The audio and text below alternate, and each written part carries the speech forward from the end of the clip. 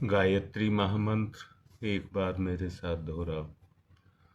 ओम भूर्भुवः स्वः तत्सवितुर्वरेण्यं भर्गो देवस्य धीमहि धियो यो नः प्रचोदयात्।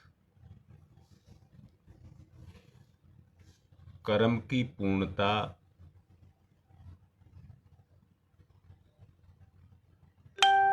या जीव की पूर्णता, मैं तो कर्म की पूर्णता ही कहूंगा,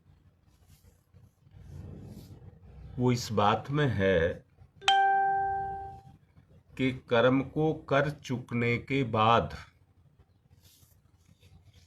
कर्म की समाप्ति हो जाए।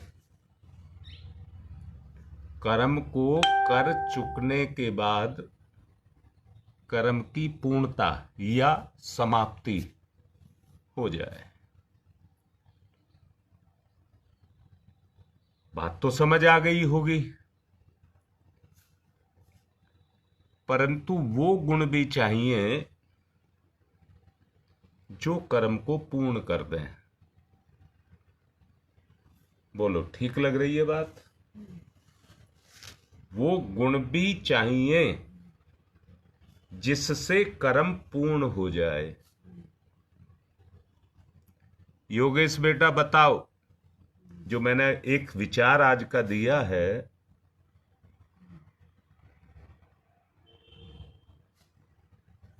कि हमारे अंदर वो गुण होने चाहिए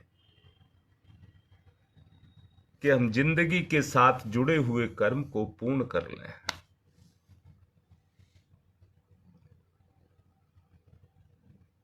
मैं आज से अपनी एक बात को आपको कह रहा हूं,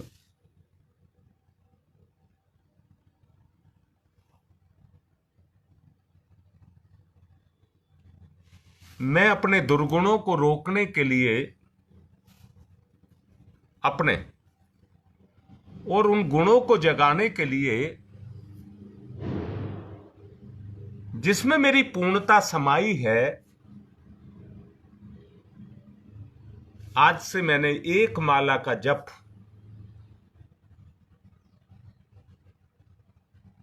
उसके लिए करना शुरू कर दिया है।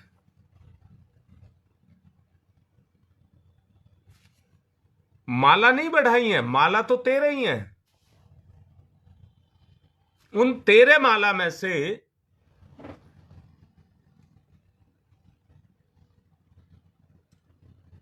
मैंने एक माला परशुराम ऋषि का सहारा लेकर के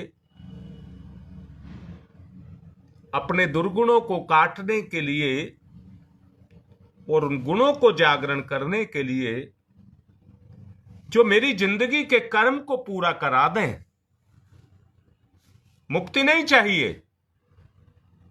जब कर्म ही नहीं रहेगा तो मैं अपूर्ण कहां हूं?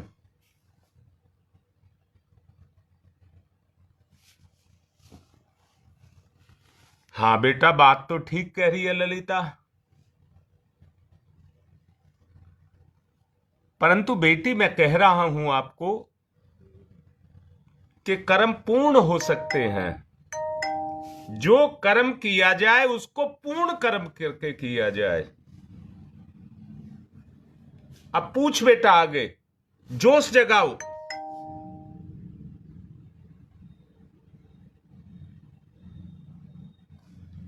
मैं ये कह रहा हूं, जिस कर्म को किया जाए उसको पूर्णता के लिए किया जाए।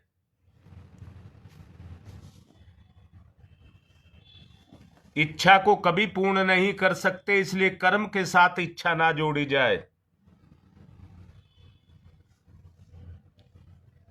कर्म के साथ कर्म का ही भाव रखा जाए। मुझे पूर्ण नहीं होना, मैं तो पूर्ण हूं। मुझे कर्म को पूर्ण करना है।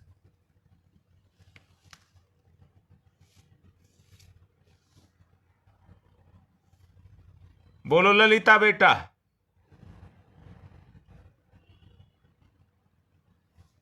आप भी बोलो। पूर्ण जो कर्म करे हैं, कर्म तो पूर्ण होता ही ना कभी भी।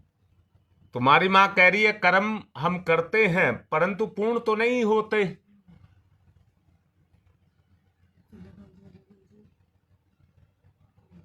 नहीं बेटा,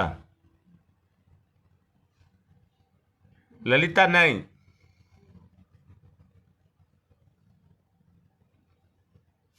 कर्म का उद्देश्य है बेटा, ये जो अंतर चेतना है ये बताती है अंदर से ये कर्म तेरे भाग्य के साथ जुड़ा है। एक बात बताओ बेटा, अगर धरती में बीज उगा है, बता रहा हूं बेटा, बता रहा हूं, सुन दीपा, अगर धरती पर कोई बीज उगा है और उसकी तुम्हें पहचान है कि ये उसका पौधा है, उस पौधे के साथ जो कर्म जुड़ा है वो अपने कर्म को पूर्ण करेगा।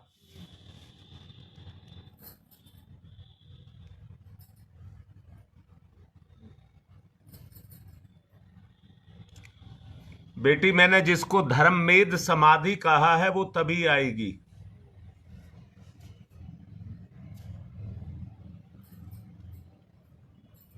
ये योगेश, ये बात है, इच्छा के साथ नहीं, उस कर्म का मेरे साथ कोई संबंध ही ना रह जाए।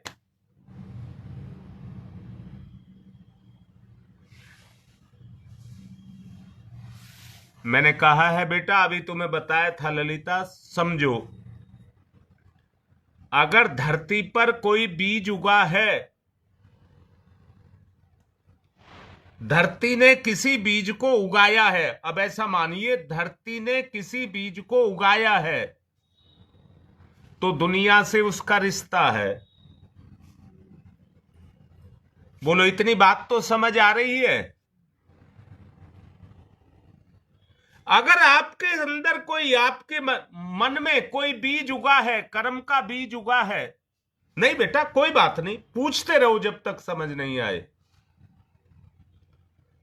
अगर आपके अंदर कर्म का कोई बीज उगा है, चाहे आपकी मर्जी से चाहे वो अपनी मर्जी से, बेटा औषधि के पौधे या अन्न की खेती वो तो मेहनत करके की जाती है, पर पाप की खेती अपने आप पैदा होती रहती है।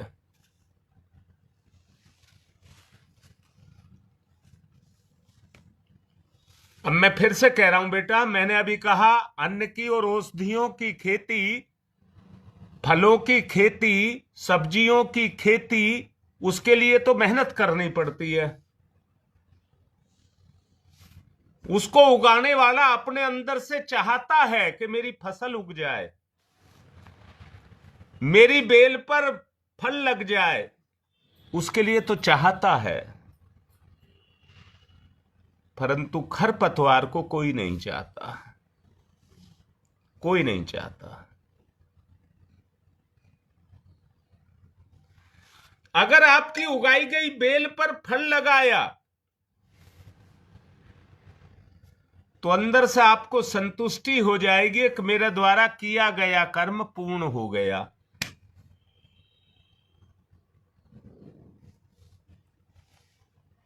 अगर फल नहीं आया तो सारी मेहनत बेकार हो गई।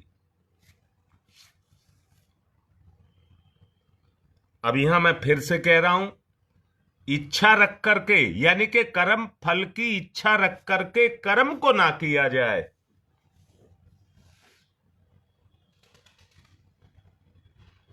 हाँ बेटा, खरपतवार स्वयं हो जाती हैं, पाप आप नहीं करते हैं, पाप अपने आप हो जाते हैं हमारी कमजोरी के कारण। कोई पापी नहीं है, भगवान ने आपको इंसान बनाया है बेटा, भगवान ने आपको इंसान बनाया है, तो मैं पापी क्यों?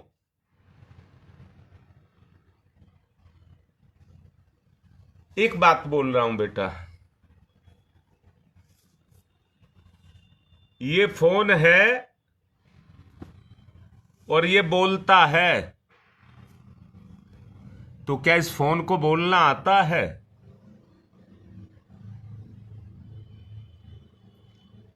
ये तो माध्यम है, बोलने और सुनने वाला कोई और ही है।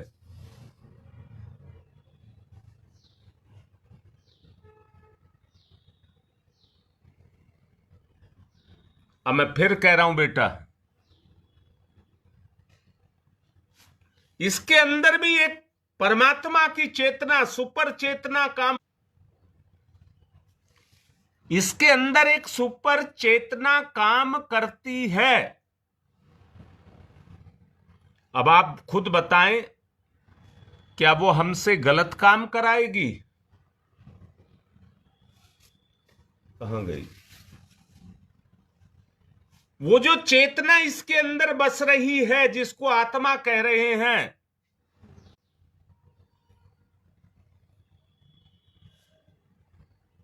बेटा, नेट गड़बड़ करने लगा है, खैर जैसा भी चलेगा उतना ही करेंगे।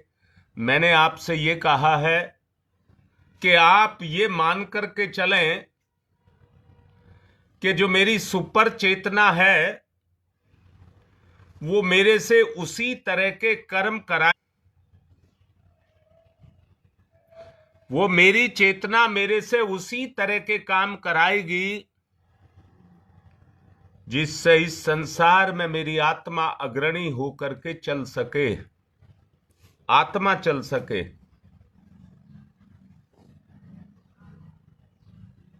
धर्ममेध समाधि प्राकृतिक गुणों का प्रकृति में संचरण है। नहीं बेटा, निस्वार्थ पुरुषार्थ सब भूल जाइए, बस कर्म को कर्म का उद्देश्य, केवल कर्म को कर्म का उद्देश्य। बेटा, नौकरी करने वाले को उसका वेतन मिलता है, कर्म नौकरी करने वाले को उसका वेतन मिलता है। उतनी देर जो वेतन देने वाला मालिक है, उसका कार्य वो सेवक जाकर के सेवक के भाव से करता है, आत्मा के विरुद्ध नहीं। नौकरी का मतलब ये नहीं है कराने वाला मालिक उससे कोई भी काम कराएगा, नहीं, उस कार्य के अंदर आत्मा को ध्यान में रखना पड़ता है। आत्मा में हीनता का भाव ना आए, आत्मा में हीनता का भाव ना आए, बल्कि सेवक कोई स्वार्थ भी नहीं रखता है। 8 घंटे सेवा के लिए गया है, जो उसका क्षेत्र है उसी क्षेत्र में वो अपने कर्म को पूरा करता है। मालिक का फायदा या नुकसान हो वो मालिक को देखना होता है, उसको नहीं देखना होता। वो तो मालिक ने जो काम दिया है उसको करता है। उसी भाव से जब हम अपने जीवन को उस कर्तव्य भावना से हम जीने लग जाएंगे, तो इस शरीर ये केवल एक साधन बनकर के रह जाएगा। इसका मेरा जो जुड़ाव है वो जुड़ाव शरीर का शरीर भाव से रहेगा, मन का मन के भाव से रहेगा, बुद्धि का बुद्धि के भाव से रहेगा और आत्मा का आत्म भाव रहेगा। परंतु सब कुछ जाकर के जुड़ जाएगा परम सत्ता के साथ। बेटा, इसको कहते हैं समाधि, इसको कहते हैं समाधि, क्योंकि जीव अपने कर्म के उद्देश्य से जाकर के जुड़ गया। इसलिए इसको कहते हैं धर्म मेद समाधि। धर्म का अर्थ है मेरी संसार के प्रति क्या जिम्मेदारियां हैं, मुझे अपनी जिम्मेदारी को पूरा करना है। बेटा ये तो आप मानते हैं दुनिया में धर्म है, अब धर्म की पूर्ति किससे है? धर्म का पेट कैसे भरोगे आप? जैसे शरीर का पेट भरते हो ऐसे ही मन का भी पेट भरते हैं, ऐसे ही मन का भी पेट भरते हैं। बेटा मैंने कहा जहां कर्म पूर्ण हो जाए, दोबारा कर्म को करने का, दोबारा कर्म मेरी जिंदगी में आएगा उसका कोई अवसर ही ना बचे, तो कर्म की समाप्ति हो जाती है। और वो तभी हो सकती है जब धर्म का सहारा लेकर के आप अपनी अंतर आत्मा की पूर्ति के लिए जिन बंधनों में वो जकड़ी है उनको मुक्त कराने के लिए प्रयास करेंगे। बेटा वो प्रकृति की जो गति है उसको वृत्ति कहते हैं। जब जीव उससे भटकता है, उस वृत्ति से भटकता है और संसार की तरफ जाता है, उसको प्रवृत्ति कहते हैं, प्रवृत्ति। अब बेटा आप ये पूछ सकते हैं वृत्ति और प्रवृत्ति में अंतर क्या है? वृत्ति और प्रवृत्ति में अंतर क्या है? बताता हूं बेटा। वृत्ति मेरी आत्मा की है और प्रवृत्ति जो मेरी नहीं है, जो मेरी नहीं है। आत्मा कह रही है ये मेरी नहीं है, तुमने कहीं और से ली है। अर्थात कहां से ली है? संसार से ली है। संसार से लिए तो उसको छोड़िए, उसको छोड़ना पड़ेगा। प्रवृत्ति को आपको छोड़ना पड़ेगा, वृत्ति में आकर के समाना पड़ेगा। इसको कहते हैं समाधि। बोलो बेटा, बात आपको कुछ जमी है या नहीं जमी? आज के जितने भी झगड़े हैं मतभेद के कारण झगड़े हैं।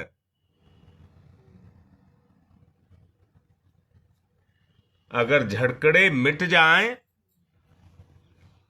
स्वार्थ मिट जाए, प्रवृत्ति मिट जाए तो प्रेम पैदा हो जाए, प्रेम पैदा हो जाए। तुम्हारी मां कह रही है मुश्किल है। मुश्किल कुछ नहीं है, मुश्किल एक है प्रवृत्ति को छोड़ना, प्रवृत्ति को छोड़ना। और एक बात जान लेना, इतने दिन से जो समझाता आ रहा हूं आप वहीं के वहीं मत रहना। आप दावे तभी कर सकते हैं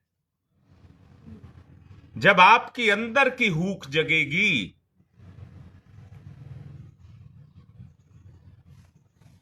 अगर किसी को आत्मिक प्रेम एक बार मिलने लग जाए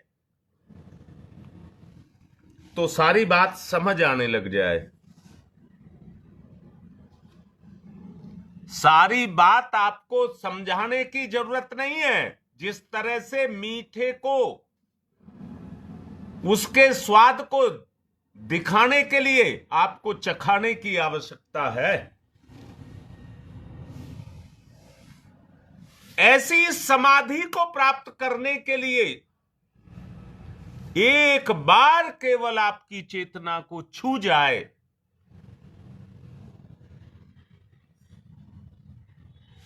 तो फिर वो चीज, ये बीजारोपण है, चेतना में बीजारोपण है। विवेकानंद का हुआ था, जिन्होंने अपने आप ही कहा था, उत्तिष्ठ जागृत प्राप्य वरान बोधि, ये उन्होंने कहा था। हमें अपने को जागरण करना है, और इतना जागरण करना है कि वो बुद्धि तत्व हमारा जग जाए, जिसके द्वारा तब तक कर्म करते रहें जब तक वो जागरण की स्थिति पैदा ना हो जाए, वरना काल चक्र में चलते हुए इसी चक्र में हम पिसते रहेंगे और जीवन ऐसे ही जाता रहेगा। बेटा, आप लोग समझदार हैं, अपनी समझदारी का इस्तेमाल करते हुए कर्म को करेंगे। अपनी समझदारी का इस्तेमाल करते हुए कर्म को करेंगे। बेटा, कर्म ही जिंदगी है, कर्म ही धर्म है, कर्म से ही मेरा अस्तित्व है। निकम्मे बच्चे को तो मां बाप को भी बोझ हो जाता है। निकम्मा कोई बालक हो तो अपने मां बाप के लिए भी बोझ हो जाता है।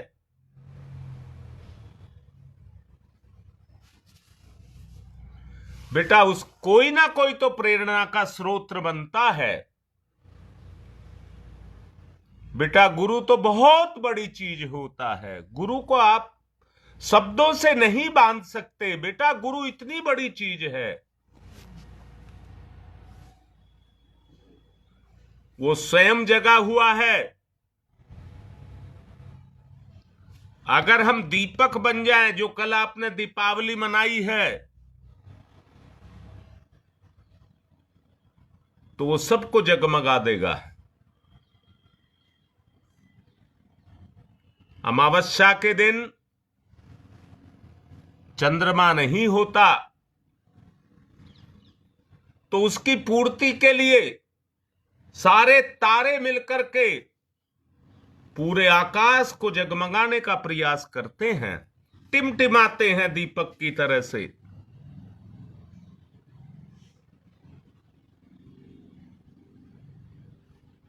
बेटा, चंद्रमा का संबंध हमारे जीवन से है।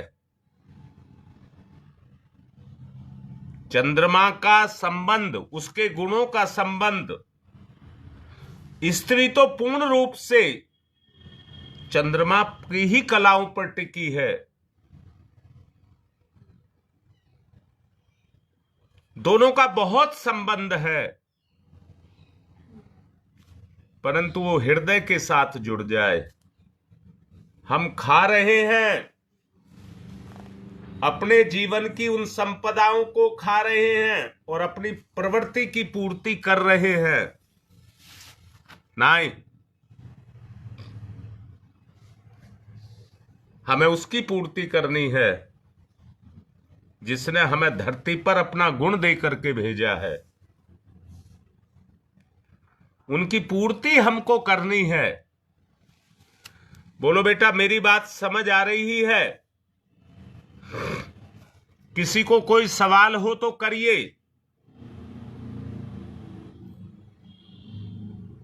जी बेटा, बिल्कुल पक्का। जितने उतार चढ़ाव आते हैं, ये मन के कारण ही हैं। और आपको बताया था, मन से बड़ी शक्ति संसार में, मन से बड़ी शक्ति नहीं है। बुद्धि की भी गति है तो मन से है। संसार में आपकी बुद्धि, बेटा, सूक्ष्म में जाकर के देखो, बुद्धि की भी गति है तो मन से ही है।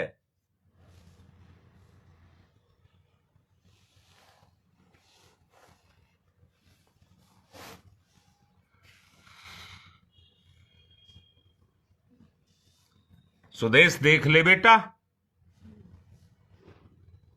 देख ले बेटा। हां पूजा, बिल्कुल प्राणिधान का अर्थ बताता हूं। जो ये बोल रहा हूं ये प्राणिधान ही है। यानी कि पूजा फिर से सुन बेटा, देशपाल का और तुम्हारा काहे का संबंध है? देशपाल तुम्हारा पति है, तो क्या ये पति पत्नी का रिश्ता है? बेटा इसी को कहते हैं, ये प्रणय सूत्र में बंधे हैं, प्रणय के सूत्र में बंधे हैं,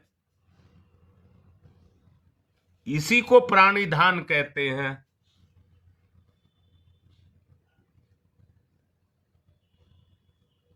बेटा ये शब्द मेरे अपने हैं कि जिस तरह से गर्भ के साथ में मां बाप का रिश्ता जुड़ता है, ऐसे ही प्राणिधान में पति पत्नी का रिश्ता एक दूसरे के साथ जुड़ता है। किस स्तर का रिश्ता है?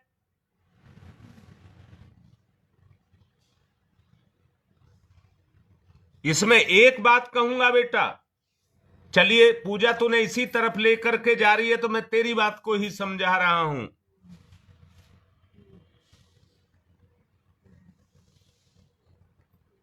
शादी के करने से पहले आजकल लड़के लड़की को आपस में मिलाया जाता है। आप देख लीजिए भाई, दोनों के दोनों समझदार हो, देख लीजिए, आपकी जोड़ी मिलती है तो शादी कर लीजिए, ये कहा जाता है। अब ये बता बेटा, तू स्त्री है, स्त्री होकर के अपने पति से क्या पूछेगी? तू शराब पीता है, तू जुआ खेलता है, तू और कोई ऐसे काम करता है, ये पूछेगी? मैं तो अगर एक अपनी तरफ से कहूं तो एक बात पूछनी चाहिए, कहनी चाहिए, पुरुष को कहना चाहिए सारी जिंदगी के तेरे जितने भी बोझ है मैं उठाऊंगा। तो उसकी धर्म पत्नी क्या कहेगी? तुम्हारी मां कह रही है, तो उस पति ने कहा कि मैं तेरी सारी जिम्मेदारी उठाऊंगा, तो वो कह रही है पत्नी भी यही कहेगी तेरी जितनी सांसारिक जिम्मेदारी है मैं ही उठाऊंगी। मेरे पर और मेरे कमाई पर, धन पर तेरा अधिकार होगा। तो धर्म पत्नी ये कह रही है, मैं औरत कहेगी कि मेरी जिंदगी पर तेरा अधिकार होगा।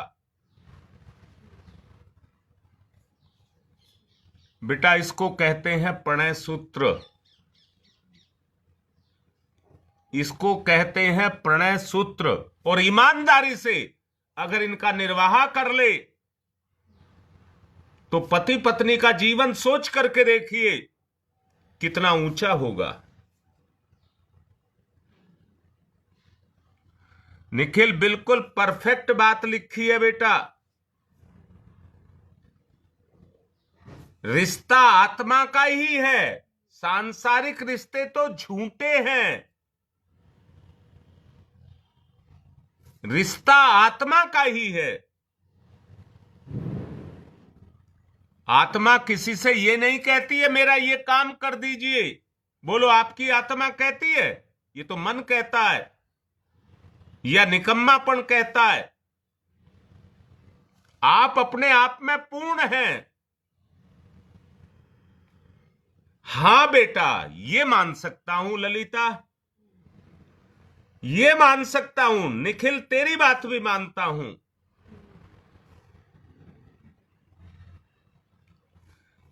जब वो रिश्ता ये इसी तरह का आकर के जुड़ेगा तो मुझे बताइए पाप, कमी, दुष्टता, नीचता कहां से आएगी, कहां काम करेगी?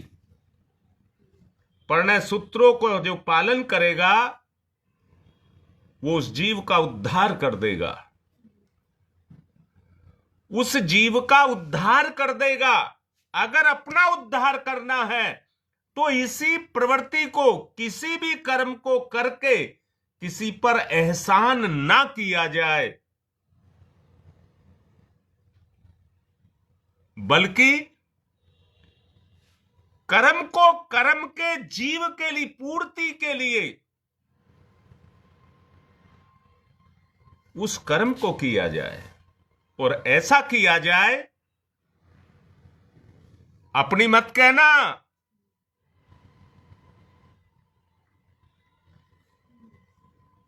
अच्छा तुम एक बात बताओ, जितनी माताएं हैं अभी जुड़ी हुई, हाँ सुदेश, मैं बात पूछ रहा हूं, इसी बात को पूछने जा रहा था, जो तुम लिख रही हो इसी को पूछने जा रहा था। अगर तुम में से कोई स्त्री बीमार हो जाए तो वो अंदर से क्या चाहेगी? मेरा पति मुझे ले जाए और मुझे ठीक करा लाए। बोलो रीता बेटा, मेरा पति मुझको ले जाए और मुझे ठीक करा लाए।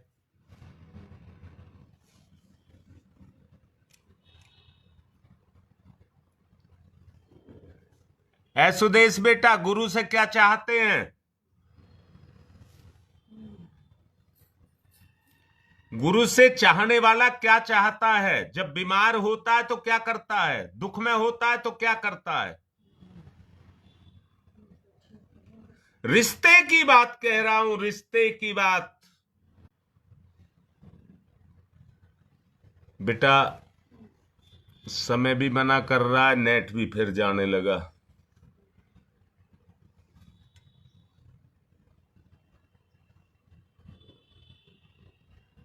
इसी को प्रेम कहते हैं सुदेश।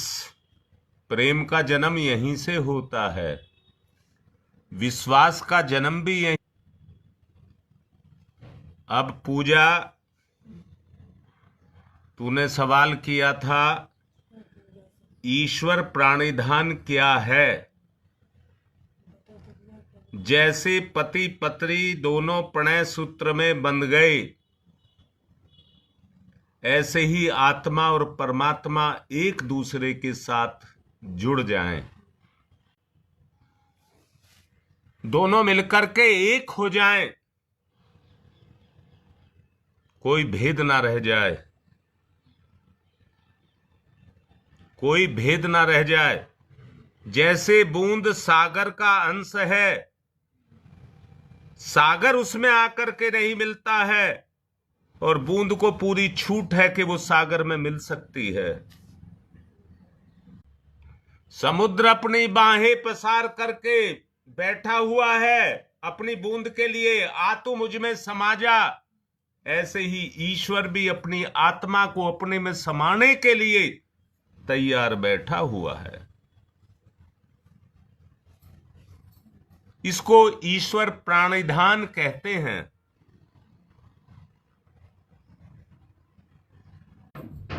ओम तम सोमा ज्योतिर्गमय, तम सोमा ज्योतिर्गमय,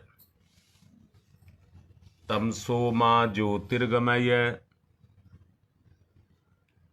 असतो मा सद्गमय, असतो मा सद्गमय, असतो मा सद्गमय, मृत्योर्मामृतं गमय, मृत्योर्मामृतं गमय, मृत्योर्मामृतं गमय। तमसो मा ज्योतिर्गमय, ज्योतिर्गमय, ज्योतिर्गमय, अस्तो मा सद्गमय, सद्गमय, सद्गमय, मृत्योर्मामृतं गमय, अमृतं गमय, अमृतं गमय है। दोनों हाथ रगड़िए मुख पर, फिर आइए। आज की बात को यहीं पर पूर्ण कर रहे हैं।